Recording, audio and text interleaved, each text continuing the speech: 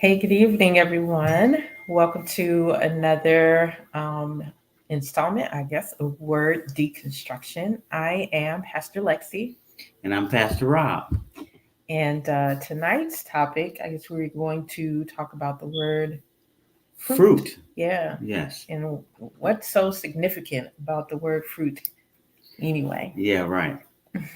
so, um, Stay tuned with us because we're about to dive into the etymology. etymology. That's a Whoa, pretty deep word. that's a pretty big word. All that means is we're about to look at We're about to look at the the meaning, the etymology of the origin of the words. word, or things like that to get a better understanding. Of course, Yes. one of the things that we always share with you all is that when you are studying the Bible, one of the things that you want to do, and you don't have to be a Bible scholar to do Not at this. You all. don't have to have title of preacher, pastor, evangelist, Apostle, teacher, bishop. apostle. No None of titles those needed. titles. You don't need any of those titles to do a word study and to look at what the Hebrew or the Greek said, right? Right. You don't have to do that. All that requires you doing, you could Google that, honestly, Greek word for fruit or Hebrew word for fruit. um, but if you really want to get some good stuff, you can get like a good Bible dictionary or a Yes. lexicon or something like that. So Not to be, disputed with Lexi, with the lexicon. no, Those are two different. I You do can't not have a have a lexicon, book right? called Lexicon. No. So as you're coming into the room, let us know who you are, where you're watching from. Kwasi, I hope I pronounced that right. Good to see you this evening. Hello, Quasi. Thanks for Thanks for joining joining us. us. Bless you also, my brother. All righty. So fruit. Let's talk about it. When I first hear the word fruit, I'm I'm in Genesis. I think it's somewhere Okay. around Genesis 128. The Lord tells us to be fruitful and to multiply. Yeah. Even before Genesis 128, for me, it even starts in earlier in that chapter, where he talks about the vegetation Mm, and um, fruit the of fruit of its the own. land. Yeah, Yeah, the zone. when he's created fruit, and fruit should produce after its own Kind. kind. Yep. Yeah. Wow. So we've got two situations. And it's funny that sometimes a word can have dual meaning. Mm-hmm. And that's very important that you understand that because sometimes it can mean the essence of what it means, and then it can mean the essence of something else. Mm-hmm. And so we're going to dig into that. Now, looking at the first piece of that, the essence of it is fruit. I mean, we eat fruit, right? So, I guess that's deep too, if you think about it, because, when I think about the other fruit, the fruit of your loins, Mm-hmm. and then the woman's stomach Yeah, fruit of the womb. is the fruit of the womb. Mm-hmm. And so now we've got this kind of dualistic understanding that fruit is not just an apple or a pear or banana or a papaya or a mango, Mm-hmm. but it has some broader sense to it. Yeah, absolutely. And I think one of the things that we have to pay attention to is what I mentioned earlier about producing after its own kind. And it also says in that scripture, whose seed is in itself. Yes. Oh So boy. again, meaning that it produces, after its own kind. If you have a piece of fruit, if you're eating fruit, um, and you open it, you see that it has seed in it. Yes. And so if you took those seeds and you then planted those You seeds, wouldn't expect to get something else besides that particular fruit. exactly, Right. you would get, if it was a mango I was eating and I decided to take the mango seed and then You I'm gonna you should get grow a mango. mangoes. Right. Right. But you can do that with any seed. It's so interesting to me because oftentimes, um, I don't know. I guess we've forgotten, in a sense. I'm talking about growing things and Yes. gardening and things like that. But we don't even think about it. That we eat the fruit, we throw away we throw away the seeds or Yes. whatever, and actually we could be creating a wealth Freedom of life. Sure. Absolutely, freedom of life from that one Yes. piece of fruit that we ate. For example, an apple has many seeds in it. It's exponential. And so certainly when God says be fruitful and multiply, which is in another text, it just makes sense because I'm thinking about a watermelon, for example. The average watermelon has about 280 seeds in it, right? Mm-hmm. But if you take one of those seeds, then it creates another 280. I mean, on average, or it could be more or less, but I'm just saying it creates more seeds. And then if you take all 200 of those and 80 of those seeds and they are all successful and growing, well, then you've got another 280 seeds. And so the question is, are you being fruitful with what God has given you? But I mean, we're not talking about that today, but because we're looking at the word itself. Well, we could talk about that in a little bit, but it's just amazing to me that we don't see the wealth that we have in the one thing. And we try to jump up so often. We overlook. And today we've got watermelons that don't even have seeds. Yes. And so how does that watermelon be fruitful and multiply? That's a good point you bring up, because for some time now we've had grapes that don't have Yes. seeds. Yeah, we've got all watermelon that don't have seeds. More and more they're producing some things that don't have seeds. Right. Or whatever they construct, it doesn't have seeds. Right. And so I made a post, I think this was last week, on my Facebook page, and it said that if it does not something up to the extent that if it doesn't multiply or give life, then it's not of God. Come on, talk to me. So going back to talking about these watermelon without seeds and things like that, we know it's not of God. Well, then we know it's not of God. Yes. Yeah. I mean, how can you create something that doesn't create something from itself if it's fruit? And that is the significance of this word fruit, because you may look, and say, gosh, God says this a whole bunch of times, right. And not just in Genesis. He says it, throughout the Bible about being fruitful and producing fruit. Yeah. Because honestly, being part of His kingdom, that's an essential. That's a pillar. Right. He's He's a creator. That's how He introduced Himself to us in Genesis 1. We're created in His image. We can't create from nothing, but we can create from things. And so He's saying if we're to produce and we're to multiply. And so anything that doesn't produce, does not give life, does not multiply, is not of God. I just want to give a shout out to our covenant partners, because when you start talking about fruit, it makes me think of them from a kingdom perspective. I just want to say, if you're a covenant partner of ours, we appreciate you and thank you for that. I'm thinking about someone as simple as Cheryl. And we appreciate you, Cheryl. You thinking, and we're not leaving anyone else. We're just arbitrarily choosing a name and saying thank you. Yeah, there's so many of you all, so I don't want to get in trouble calling names, but we thank you so much for the support of our ministry. And so the other significance of the whole the seed piece and opening an apple, finding all the seeds, to me, it's like you never run out. There's never lack. So here's the thing. I'm thinking just with watermelons alone, right? Because watermelons are my favorite, right? If on average 280 seeds, if you were just to plant one for each person and then they took that seed and planted all of them, there would never be lack. And we've taught, what did we teach about the kingdom versus Satan's kingdom?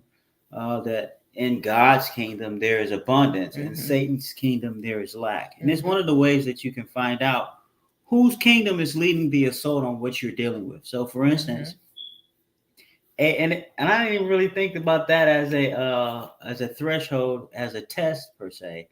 But a watermelon that has lack is not from God's kingdom. You know, I know you said that earlier, but it's just a simple process. It's not of his kingdom. Yeah, absolutely. Absolutely.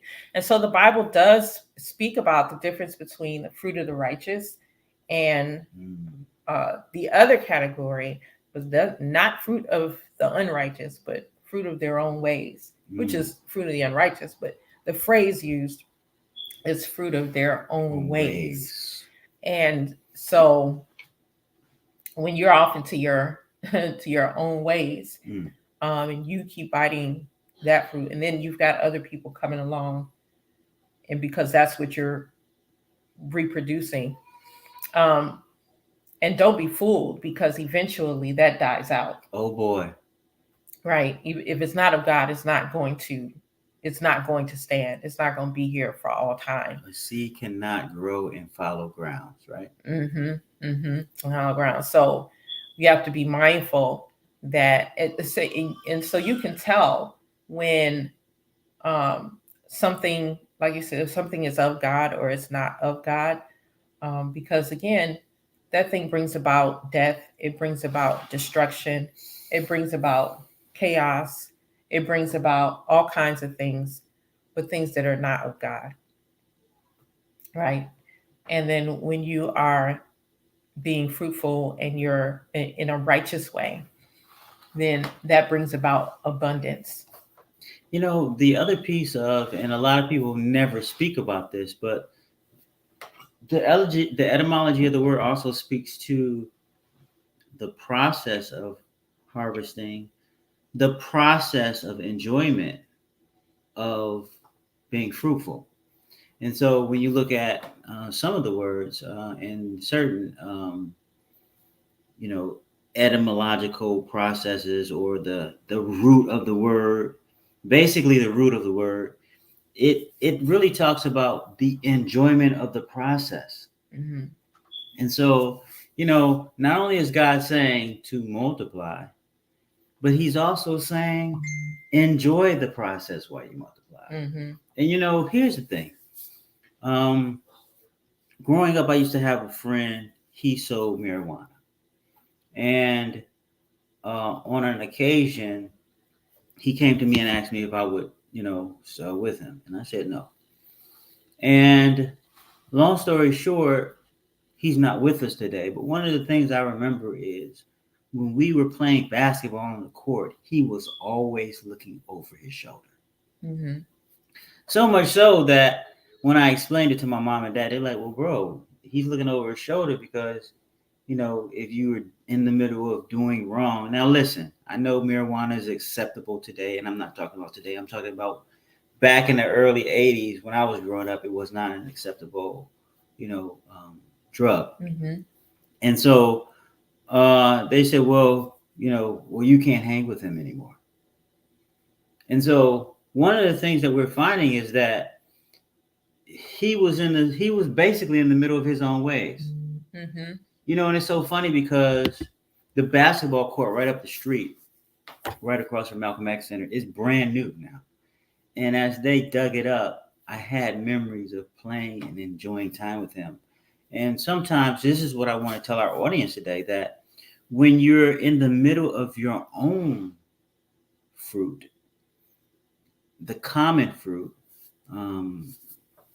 it will appear initially to multiply. So one of the things that I saw him have, he had a Shirling, he had a Max Julian, he had a goat skin, he had a nanny goat, he had all of the Adidas shoes.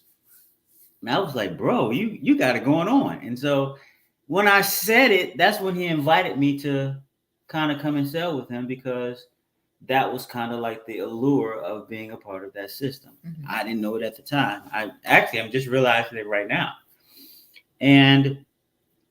But it didn't last very long. As a matter of fact, that particular fruit, although it was something that appeared to be multiplying for him at the time, it didn't last. And it brings me to this text. It's John 15, verse 16. And it says, above all things, that your fruit would last. Mm-hmm. So there's enjoyment with it, and it's still multiplying, and it's still producing. Mm-hmm. And so to me, that's an important process, because a lot of people, we talk about the fruit, we talk about, that it will last, but what does it really mean? I mean, what does it mean to you that your fruit will last? I mean, what have God revealed to you about how your fruit will remain and last? Well, I think that's just it, because we all obviously we have our time period here on this earth. Even so, just a piece of, if I were to get a pear over there that we Right. haven't seen here, it has shelf time, Right. right?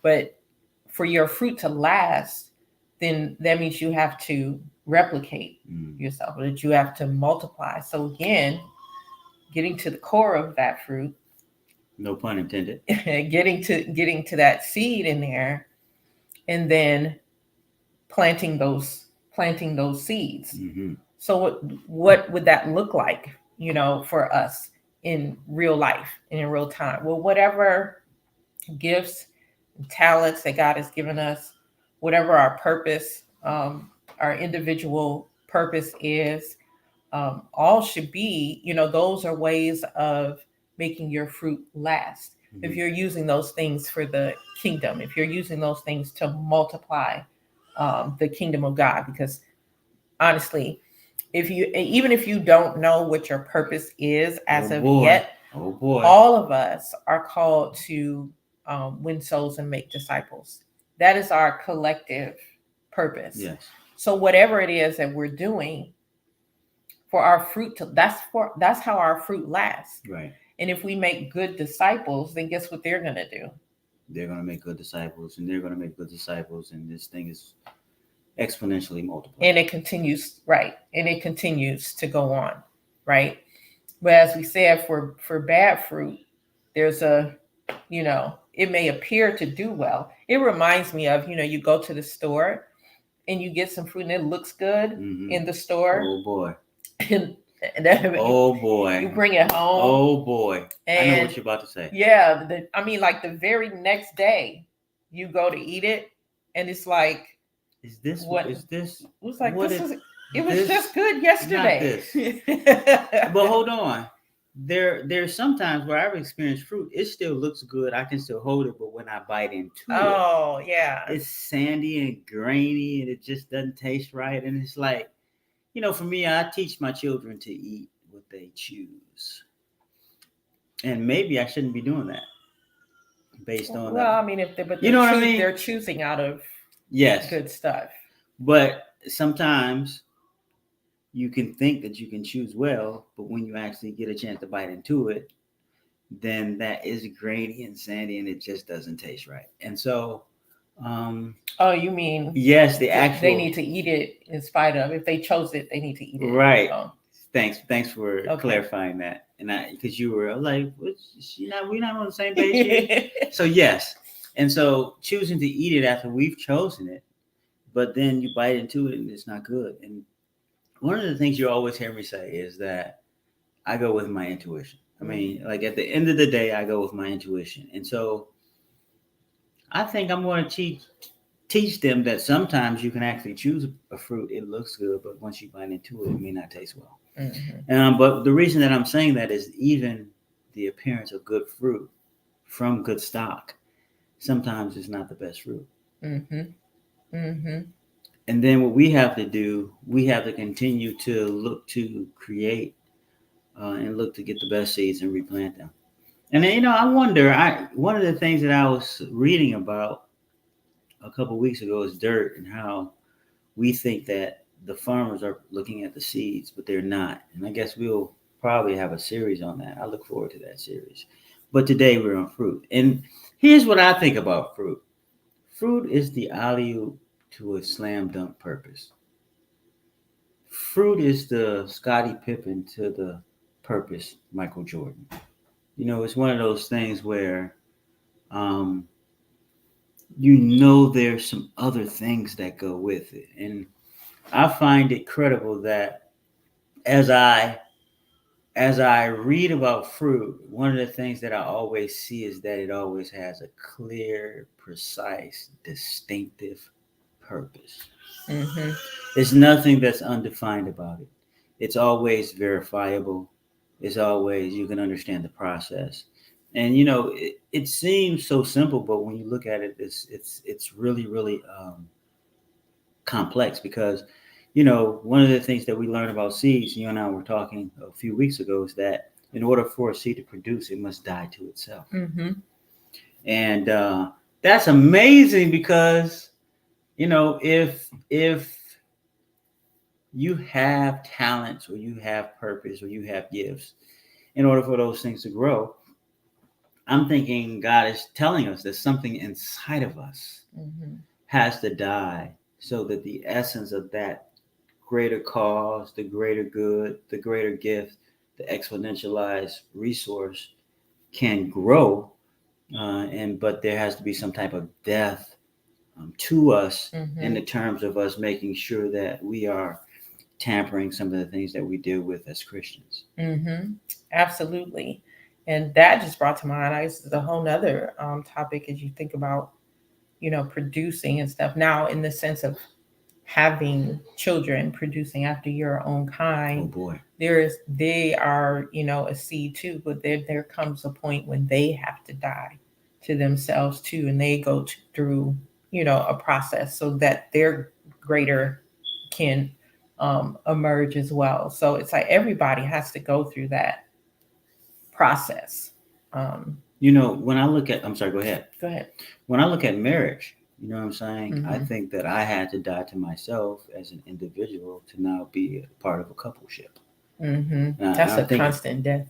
and I think the same thing for you. And yes, it is a constant death, because Die you're over and you're over. No, you're no. dying over and over and over again. No, it's the truth though, because the process of it is like, boy, I thought I was refined in this area and I suck. And then you can easily see what's going on with the other person, but if you constantly stay focused on yourself, then you say, you know what? Thank God for this person. And that's what I'm saying about you. Mhm. And specifically as it relates to my fruit, I mean, there's been times where you said, if you would just get this and this right, you know, things would be way, way better. And I really have to appreciate that process, because, first of all, it takes someone who loves you to be able to say that to you. But then, secondly, they have to have some foresight on what the relationship is, who they are as an individual, who you need to be as an individual, because sometimes people will go into a relationship and they can lose themselves. But Mhm. having the ability to kind of say, well, you know, polish up on this, or, practice a little more on this, then it gets to a point where God is blessing us exponentially, and it's all rooted. Like you can't really see the flowering and the budding process, but there's a deeper root to the situation. Mhm. And that piece uh, has caused us to not only weather storms. Matter of fact, there's no need to weather storms, because we haven't even blossomed out yet. But we're creating roots that are so deep that allows us to, once we are blossoming out, that the fruit will. Yeah. Boom. Yeah. It become, just grow in the way that it's supposed to. So yeah, that's part of the process too. When we're talking about being fruitful and multiplying, it's like, what are you rooted in? And again, that goes back to what I was saying. There's righteous fruit, and then there's the fruit of your own ways. And so we need to be mindful that we're not feasting on the fruit of our own Oh ways, boy.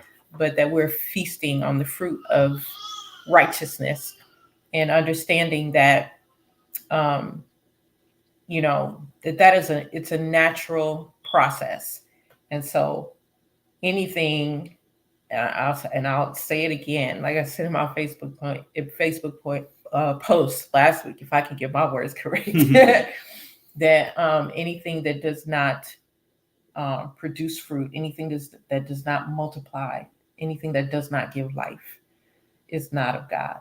All of those things, though, it's not like an either or. Right. Because you produce the fruit, But then the fruit, as we've been talking all night, when you bite into it, it has more seeds, so it's able to multiply. Yes. Right. And then, and in that process, it's, the giving of life, like over and over and over again. And so I don't care what it is. It can be in relationships, it can be in ministry, it can be in career, it can be in whatever area, whatever aspect of life. Mm-hmm. If it does not naturally reproduce after its own kind, right, it's not of God. And this is, as a counselor, one of the things that we were taught to do was look at the spokes in the wheel, meaning like you're kind of the middle, and then the spokes that kind of glean off of you. And one of the things that I learned in that counseling session in college was that if you look at the people around you, you can kind of look at what you should expect for your fruit and how it should be. Yeah. Hi, Sheila. How are you? Good evening to you and the family cousin. also. Good to see you. Oh, you're welcome. She says, thank you for explaining that concept so clearly. You're absolutely welcome. Yes. So, I don't know. Is there more that we need to say? No, I'm just glad that you guys could join us tonight. Here's what I have to say. Is your life a life of abundance?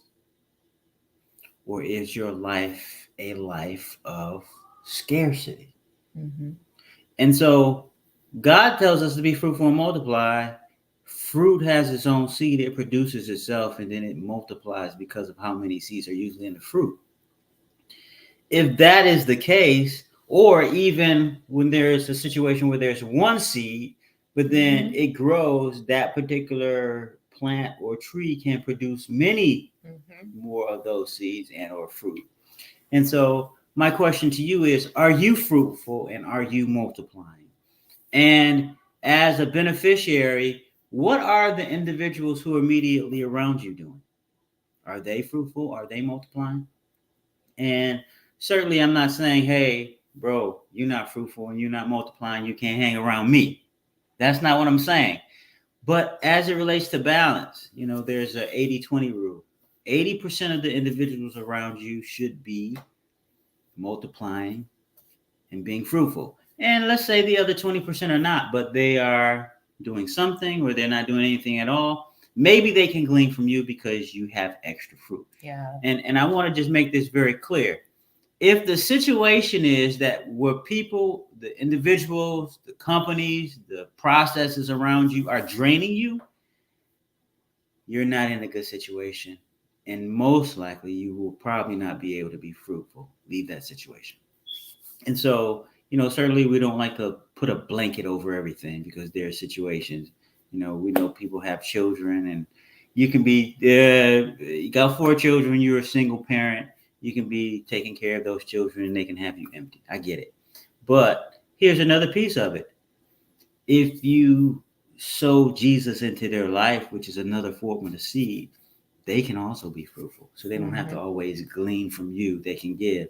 And this is the same thing I want to say about individuals who are in your life who may be taking because they see a wealth of finances or they see a wealth of resources. But I want to make sure I'm very clear about fruitfulness. It's always not based on the wealth of finances or the wealth of resources. It could be the wealth of health. You could just tell a person to stop drinking or smoking. You could just tell the person to make sure they're getting 8 hours of rest every day. There's some things that you can do to help them be fruitful. And so God has given you all of those skills. To me, I call it purpose. And those individuals are in your life for a reason. Make sure that you keep a balance. No, I got nothing else. All right. Well, if no one has ever told you, guess what? We love you. And remember this, Jesus is Lord. See you next time. See you next time.